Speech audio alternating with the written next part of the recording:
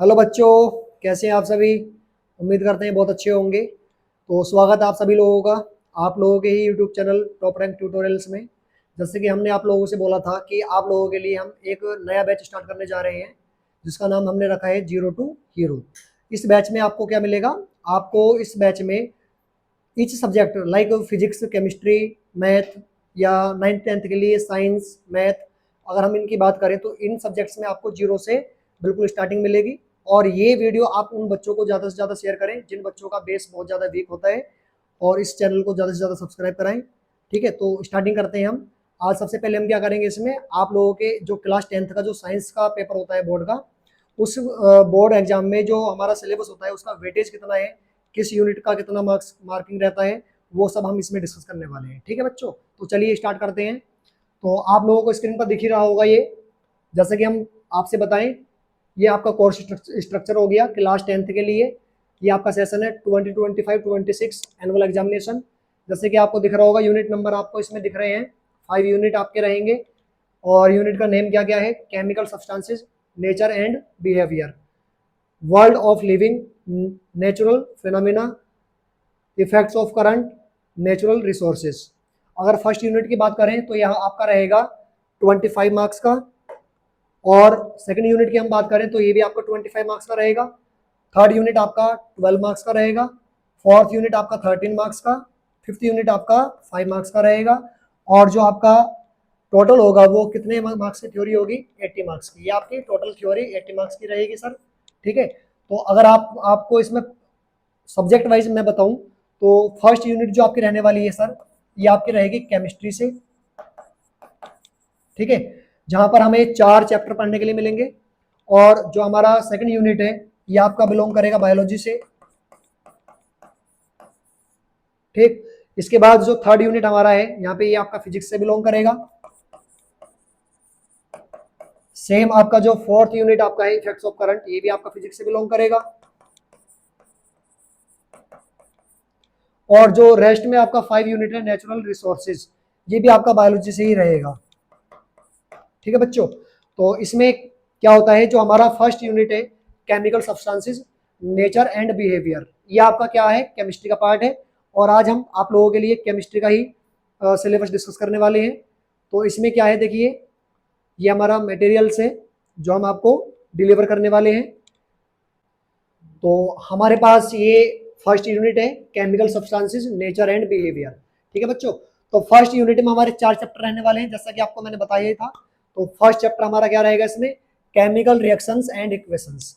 यहाँ पर हम लोग देखेंगे कि भाई हमारा जो केमिकल चेंज होता है वो क्या क्या, उसमें क्या क्या हमें देखने के लिए मिलता है, उसमें क्या क्या रिएक्टेंट होते हैं, क्या प्रोडक्ट होते हैं, वो सब हम इस चैप्टर में पढ़ेंगे। तो टॉपिक क्या क्या रहने वाले हैं इस चैप्टर में आपके? Chemical reactions, chemical equation, balanced chemical equation, types of chemical reaction.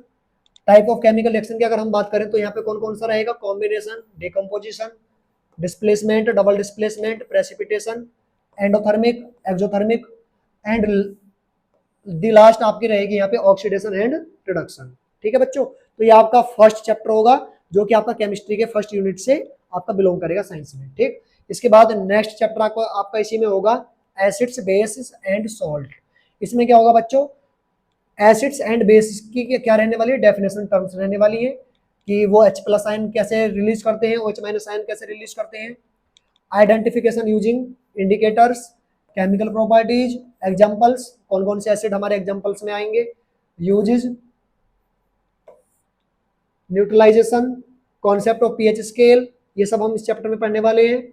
Importance of pH in everyday life, preparation and uses of sodium hydroxide. देखिए बच्चों, इसमें क्या रहेगा, जो आपका सोडियम हाइड्रोक्साइड होता है या कुछ और भी बेसिस होते हैं या कुछ सॉल्ट होते हैं, उनकी प्रिपरेशन भी आपको इसमें पढ़ने के लिए मिलेगी, उनके यूजेस भी आपको पढ़ने के लिए मिलेंगे इस चैप्टर में। और जैसे आपको दिख रहा होगा, ये आपका हो गया ब्लीचिंग पाउडर हो गया, बेकिंग सोडा हो गया, वॉशिंग सोडा हो गया, प्लास्टर ऑफ पेरिस हो गया, जिसको हम पीओपी भी बुलाते हैं। ठीक है, उसके बाद थर्ड चैप्टर हमारा केमिस्ट्री में रहेगा मेटल्स एंड नॉन मेटल्स। तो आप सभी को पता ही होगा कि जो एलिमेंट्स होते हैं हमारे, उनका टाइप मेटल, नॉन मेटल हमें यहाँ पे पढ़ने के लिए मिल रहा है। ठीक है, तो मेटल्स और नॉन मेटल्स हमें पढ़ने के लिए मिलेंगे इसमें। उनका क्या पढ़ेंगे हम? Properties of metals, non metals. Properties हमें मेटल और नॉन मेटल दोनों की ही मिलने वाली है।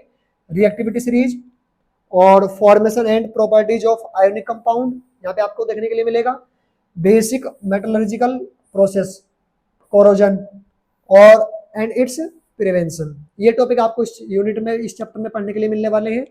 अगर हम इससे नेक्स्ट चैप्टर की बात करें तो नेक्स्ट चैप्टर आपका इसमें, लास्ट चैप्टर इसमें रहने वाला है आपका, उसका नाम होता है कार्बन एंड इट्स कंपाउंड। ठीक है, तो आपका ये लास्ट चैप्टर हुआ केमिस्ट्री पार्ट का। यहाँ पे आप क्या पढ़ेंगे, covalent bonds, formation and properties. जो कोवलेंट बॉन्ड होता है उसका फॉर्मेशन कैसे होगा, उनकी प्रॉपर्टीज क्या होगी, वो सब हमें इसमें पढ़ने के लिए मिलने वाला है। कंपाउंड्स, कोवलेंट कंपाउंड्स क्या होंगे, उनकी properties, versatile nature of carbon, hydrocarbons पढ़ने के लिए मिलेंगे, उनके types like saturated, unsaturated, homology series पढ़ने के लिए मिलेगी, नोमेनक्लेचर ऑफ एल्केन्स मिलेगा, एल्किन्स मिलेगा, एल्काइन मिलेगा। ठीक है बच्चों, एंड कार्बन कंपाउंड्स मिलेंगे जिनमें आपके कंटेनिंग होंगे क्या, फंक्शनल ग्रुप, जैसे कि हेलोजेंस हो गए, अल्कोहल हो गया, कीटोन्स हो गए, एल्डिहाइड्स हो गए। ठीक है, उसके बाद केमिकल प्रॉपर्टीज हमें पढ़ने के लिए मिलेंगे किसके, कार्बन कंपाउंड्स के, like combustion, oxidation, addition and substitution reaction. ठीक है बच्चों, देन उसके बाद हमारा नेक्स्ट टॉपिक इसमें रहेगा इथेनॉल एंड इथेनोइक एसिड। इनका केवल क्या है, ओनली प्रॉपर्टीज एंड यूजेस। उसके बाद लास्ट टॉपिक इस चैप्टर का हमारा रहेगा सोप्स एंड डिटर्जेंट्स। ठीक है बच्चों, तो ये आपका केमिस्ट्री का सिलेबस रहने वाला है। यहाँ पर आपको ये समझ लीजिए, आप अगर आपने ये कंप्लीट यूनिट कर ली तो आप इसमें 25 मार्क्स आपके 25 में से 25 आप इसमें से स्कोर कर सकते हैं। ठीक है, और ये बहुत ही आसान है, ऐसा नहीं है कि बहुत ज़्यादा कॉम्प्लिकेटेड है, बहुत जीरो मतलब बहुत ही अच्छे से आपको एक्सप्लेनेशन मिलेगी, हर चैप्टर का आपको बेसिक कॉन्सेप्ट मिलेगा। अगर हम बात करें जो फर्स्ट चैप्टर हमारा इसमें होता है वो क्या है, chemical reaction and chemical equation है। तो उससे पहले मैं आपको क्या समझाऊंगा, केमिकल फॉर्मूलाज को बनाते कैसे हैं। देखिए, जो चैप्टर आपका केमिकल रिएक्शन एंड इक्वेशंस है उसमें आप लोगों के लिए सबसे पहले क्या है, सबसे मेन चीज उसके लिए केमिकल फॉर्मूलाज है। ठीक है बच्चों, तो अगर आप लोगों को वो नहीं आते हैं तो आपके लिए वो चैप्टर बहुत ज्यादा कॉम्प्लिकेटेड रहेगा, बट ऐसा नहीं होने देंगे, आप लोगों को उसके लिए हेल्प पूरी मिलेगी। आप लोगों को मैं केमिकल फॉर्मूलाज को बनाना सिखाऊंगा। ठीक है, तो जुड़े रहिए, बने रहिए हमारे साथ, और इस चैनल को ज़्यादा से ज़्यादा अपने दोस्तों के साथ में शेयर कीजिए और सब्सक्राइब करवाइए। आप लोगों के लिए हम अवेलेबल हैं और आपके लिए बिल्कुल फ्री ऑफ कॉस्ट ये बैच रहने वाला है। ठीक है, तो बहुत बहुत धन्यवाद, थैंक यू।